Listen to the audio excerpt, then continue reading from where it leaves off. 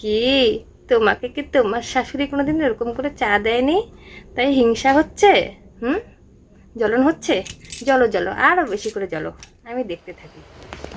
Hello guys, good morning and welcome back to my channel blogger Purabi. তো blogger Purabi চ্যানেলে সবাইকে অনেক স্বাগত আর অনেক ভালোবাসা জানিয়ে আজকে একটা নতুন ব্লগ স্টার্ট করছি। তো বন্ধুরা, তোমরা সবাই কেমন আছো? যে যেখান থেকেই দেখছো, দেশ ও দেশের বাইরে যে যেখান থেকেই দেখছো, তাদের প্রত্যেককে আমার ভিডিওতে অনেক স্বাগত আর অনেক ভালোবাসা। তো বন্ধুরা, সকাল সকাল উঠে গেছি আমি। তো আমি এখন একটু দেরি করেই উঠছি, কারণ আমি যেহেতু ওষুধ খাচ্ছি, তাই সেজন্য প্রত্যেক দিনই 8:30 9টার আগে কিন্তু ঘুম ভাঙে না। তো ঘুম ভেঙেই বাইরে চলে আসছি। তো এসে একটু সবুজ দর্শন করে নেওয়া ভালো, তাই কী বা দর্শন করব। তো এই সামনে দেখো আমার কতগুলো ডাটা গাছ হয়েছে।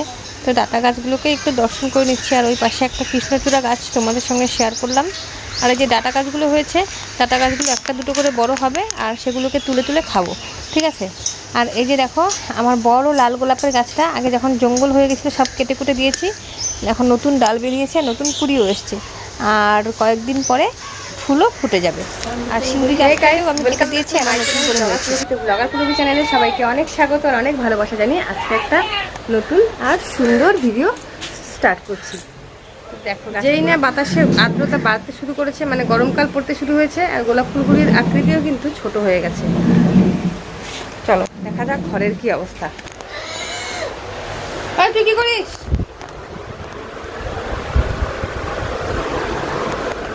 কি করিস তুই? বলো খিচুড়ি খাই, বলো তো, বলো বলো খিচুড়ি খাই, বলো খিচুড়ি খাই। হা করে খিচুড়ি দেখাই দেবে। পুচকি হলো খিচুড়ি খাচ্ছে, মা এদিকে খিচুড়ি খাইয়ে দিচ্ছে।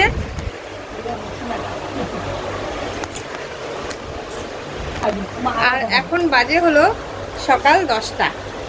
চলো ঘরে যাই।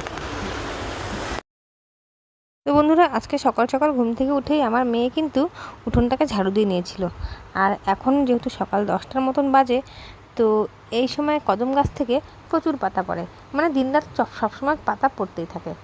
তো আমার চোখে দেখতে ভালো লাগছে না, অনেক পাতা পড়েছিল, তাই আমি হাত দিয়ে পাতাগুলোকে তুলে নিয়ে ফেলে দিচ্ছি। কারণ সবসময় আমি তাই করে থাকি, যে পাতা পোতা এদিক ওদিকে পড়ে থাকলে হাত দিয়ে উঠায় নিয়ে ফেলে দিই। আর ওইখানে যেখানে কদম পাতাগুলো ফেলছি, তো সেই জায়গাতে কয়েকদিন পর পর আবার ওই পাতা পোতো যা জমে ওগুলোকে আগুন দিয়ে জ্বালিয়ে একদম পরিষ্কার করে দিই, ব্যাস। এই দেখো গাইস, আমার হাতে আছে হলো চাল কুমড়ো গাছ। তো একটু আগে একটু বাইরে গেছিলাম, তো আমাদের পাড়ায় একটা দিদি ভাই, স্বপ্না দিদি ভাই, তো ও আমাকে চাল কুমড়ো গাছটা দিল, বললো বাড়িতে নিয়ে যেতে দাও, হবে।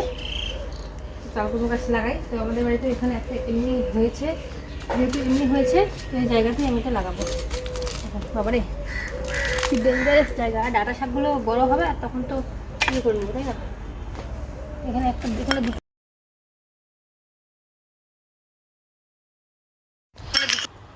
তো বন্ধুরা, চাল কুমড়া গাছ তো এনেছি, তো এনে এবার লাগানোর পালা। কোথায় লাগাবো? তো এই জায়গাতে লাগাচ্ছি, কিন্তু যেখানেই লাগাতে যাব তার চারপাশে শুধু ডাটা গাছে ভর্তি হয়ে আছে। তো এখানে লাগিয়ে দিলাম। আর জঙ্গলগুলোকে এখন আমি একটু সরিয়ে দেবো।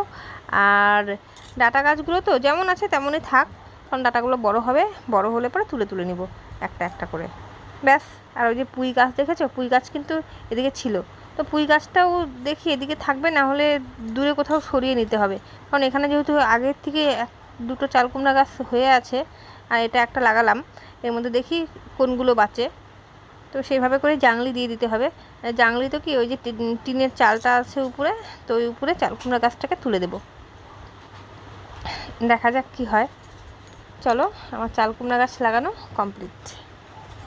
আর এই যে জাবড়া জঙ্গল কতগুলো গাছ ছিল, ঘাস ছিল, ঘাসগুলোকে কিন্তু আমি হাত দিয়ে তুলে দিলাম। এরকম সারা বাড়ি জুড়ে জানো তো, এখন বৃষ্টি পড়ছে ঘাস হয়, তো সবসময় কিন্তু আমার যখন চোখের সামনে ঘাস পড়ে আমি হাত দিয়ে দিয়ে তুলে দিই এরকম। তো গাইস, আমরা হলাম গ্রামের ব্লগার, তো আমাদের গ্রামের মেয়েদেরকে কিন্তু সব কিছুই টুকটাক করতে হয়, যেহেতু শহরের মেয়েদেরকে গ্রামের মেয়েদের তুলনায় তেমন কাজ কিন্তু করতে হয় না। তো ওই বলছিলাম কথার কথা আর কি। এখন দেখো আমি ঘর মুছে নিয়েছি, এখন বারান্দাটা মুছে নিচ্ছি, এরপরে আমার শাশুড়ির রুমটা আছে, তো ওই রুমটাকেও আমি এখন একটু মুছে নেব। তো মুছতে গিয়ে ঘরে দেখি যে আমার পুচকি এখানে ঘুমিয়ে পড়েছে। পুচকি একটু আগে বলছিল ঠাম্মির ঘরে ঘুমাবো। তো এই ঘরের মধ্যে দিনের বেলাতেও খুব মশা, তো সেই জন্য ওর ঠাম্মি ওই যে মশারিটা টাঙিয়ে দিচ্ছে।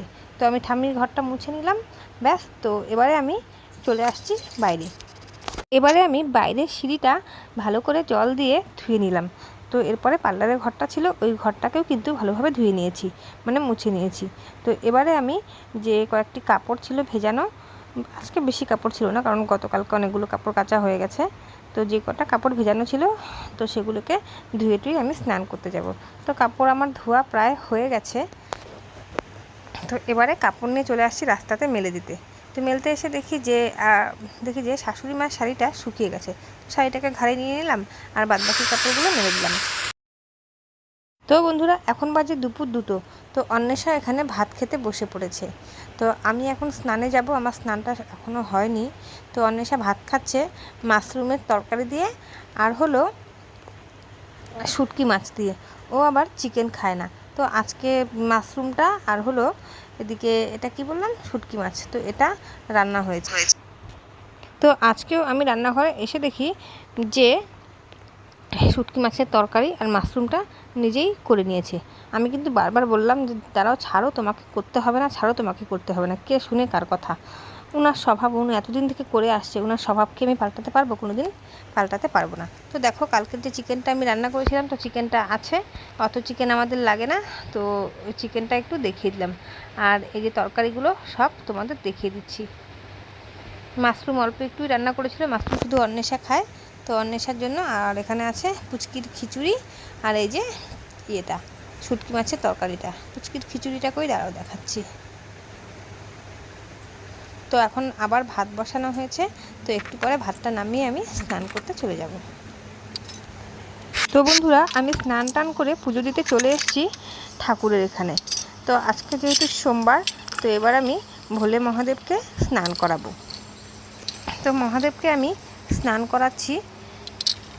তো স্নান করিয়ে শিব ঠাকুরকে আমি শিব ঠাকুরের জায়গাতে রেখে দেব ফুল জল দিয়ে সাজিয়ে। তো চলো পুজোটা দিয়ে নিই, পুজো দেওয়া হয়ে গেলে তারপরে আবার তোমাদের সামনে আমি আসছি। চলো পুজোটা তাহলে দিয়ে নিই।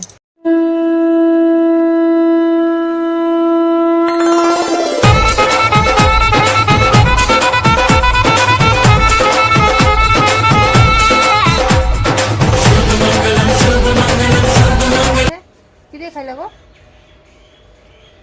চিকেন। চিকেন। চিকেন আর চিকেন আর শুটকি মাছের তরকারি। এদিকে আসি, ভালো করে বলো। চিকেন আর শুটকি মাছের তরকারি। মুখে কি ঢুকাইছো? পান। চিকেন দাঁতের ফাঁকে আটকে গেছে। তো গাইস, আমার স্নান টান সবকিছু কমপ্লিট হয়ে গেছে। স্নান টান কমপ্লিট করে পুজো দিলাম, তোমরা দেখতেই পেলো। তো দাদাভাই খেয়ে দিয়ে চলে গেল, আর ওর ঠাম্মিও খেয়েছে। তো আমি যেহেতু পুজো দিচ্ছিলাম সেজন্য সেটা ভিডিও ক্লিপসে তোলা আর হয়নি। কিন্তু আমার শাশুড়ি মা না জীবনে কোনো দিন শুধরবে না। কালকে এত কিছু হয়ে গেল, বলা হলো কিছু করতে না, তবু এই যে দেখো আমি দেখাচ্ছি। আমি ভাত খাইনি এখনও, সবার ভাত খাওয়া হয়ে গেছে। এই যে আমার জন্য ভাত বেড়ে রাখছে। চিন্তা করো তাহলে কি বলবো সেই মানুষটাকে। এতবার বললো যে কিছু করতে না, কিছু করতে না, তবুও নিজে থেকেই করবে। কি করবো আমি বলো? চলো, তো ভাত বেড়ে রাখছে, তো তরকারি আমি আমার মতো নিয়ে নিচ্ছি, নিয়ে খেতে বসছি। আর এদিকে পুচকি ঘুমিয়েছিল, পুচকি এই যে ঘুম থেকে উঠে পড়ছে, ও ম্যামা করছে, ওকে একটু খাওয়াবো, আমিও খেয়ে নিই, তারপরে আবার তোমাদের সামনে আসছি। তো এটা কালকের চিকেনটা তোমাদের দাদাভাই খেয়ে দিয়ে গেছে, আর অল্প একটু আছে। তো আমি 2 টুকরার মতন চিকেন নিয়ে নিচ্ছি, আর শুটকি মাছটা আছে ওটা একটু নিয়ে নিব, ব্যাস ওটা দিয়েই আমাদের হয়ে যাবে। আর এই দেখো যে আজকে গাছতলায় কতগুলো আম কুড়িয়ে পেয়েছি। দেখো কতগুলো আম, চাটনি হলে ভালো হতো, বাট চাটনিটা আজকে করা হয়নি, কালকে করে। তো গাইস, আমার খাওয়া দাওয়া শেষ করে বাসন কোসন ধুয়ে ঘরে চলে এসেছি। তো এখন আমি একটু কিছু শর্টস ভিডিও বানাবো ইউটিউবের জন্য। তো সেজন্যে আমি যেহেতু ওই যে কুচুটে মালতী আছে না, ওর অ্যাক্টগুলো এখন করব। তো সেজন্য আমাকে মালতী সাজতে হবে, তাই না? তো সেজন্য একটা শাড়ি পরতে হবে। তো আমি নাইটির উপরেই পেঁচিয়ে শাড়ি পরে নিয়েছি, যেহেতু আমার ভিডিওতে শাড়ি পরে এরকম করে মাথায় এরকম ঘোমটা দিয়ে এরকম ঢেকে কপালে এরকম বড় একটা টিপ পরে ওই সিনটা আছে। তো সেই জন্যে আমি রেডি হচ্ছি, ঠিক আছে? চলো আমার ফুল লুকটা একবার তোমাদের দেখিয়ে দিই। এই দেখো শাড়ি পরেছি এমন করে।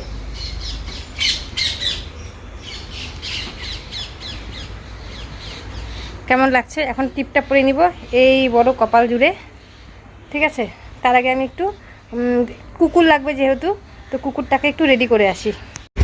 তো গাইস আমার অবস্থা দেখো, এখন এখানে চেয়ারে বসে বসে ল্যাদ খাচ্ছি, নাইটির উপরে শাড়ি দিয়ে পেঁচিয়ে এই গরমের মধ্যে এরকম করে ঘুমটা দিয়ে ঘুমটা দিয়ে কি বলবো, আর কপালের মধ্যে এত বড় টিপ বানিয়ে পরিবারটা সত্যি খুব কষ্টকর।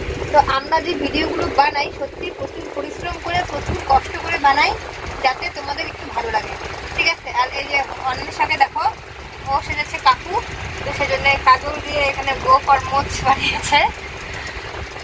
তো চলো বন্ধুরা, তো 3টে শর্টস করলাম, তো তোমাদের ভালো লাগবে শর্টসগুলো ঘুরিতেও দেখে আসতে পারো। তো আমার শর্টসের কিন্তু অনেক বন্ধু রয়েছে। তো চলো ভিডিওটা আবার পরে আসছি। এই যে ঘামছি, কি পরিমাণে ঘামছি দেখেছো, একটু এগুলোকে রিমুভ করি তারপরে আসছি ভালোভাবে, চলো। তো হে গাইস, তো এখন বাজে রাত 9টা। তো আমি এখন চলে আসলাম তোমাদের সঙ্গে একটু কথা বলতে। তো টাইটেলে যেটা বলেছি, শাশুড়ির স্বভাবও যাবে না, পাড়াপড়শিদের জ্বলনও কমবে না। তো কেন এইরকম টাইটেল আমি দিলাম, তো আমার এইরকম টাইটেল দেওয়ার পেছনে একটাই কারণ। তো কালকে ওই সময় আর কি, কোন সময় সেটা অত ডিটেলস আমি বলতে যাচ্ছি না, কারণ সেটা আমি বলবো না। তখন আমার পাড়াপড়শি সবাইকে দেখেছি, চেনাও হয়ে গেছে। এসে খুব বললো আমার শাশুড়ি আমাকে চা দিয়ে যায়। হ্যাঁ, আমি যেখানে থাকি সেখানে দিয়ে যায়। আমি বিছানাতে থাকলে আমাকে বিছানার উপরে চা দিয়ে যায়, আমি চেয়ারে থাকলে আমাকে চেয়ারে চা দিয়ে যায়। হ্যাঁ, এটা সত্যি কথা। আমার শাশুড়ি যখন চা বানায় তখন আমার শাশুড়ি আমাকে চা দিয়ে যায়, এটাই কর্তব্য, ঠিক আছে। তো আমিও কিন্তু যখন চা বানাই, যখন ভাত বাড়ি, তখন আমার শাশুড়ি যেখানে থাকে আমিও কিন্তু তাকে সেভাবে দিয়ে আসি। তা আমি এটা বুঝলাম না, আমাকে চা দিয়ে যায় দেখে ওই পাড়াপড়শির মানে আমার প্রতিবেশীর এত জ্বলন কিসের, কেন জ্বলন এত? কি তোমাকে কি তোমার শাশুড়ি কোনোদিন এরকম করে চা দেয়নি, তাই হিংসা হচ্ছে? জ্বলন হচ্ছে? জ্বলো জ্বলো, আরও বেশি করে জ্বলো, আমি দেখতে থাকি। চলো আজকের ভিডিওটা এখানেই শেষ করছি। চলো বাই, টাটা।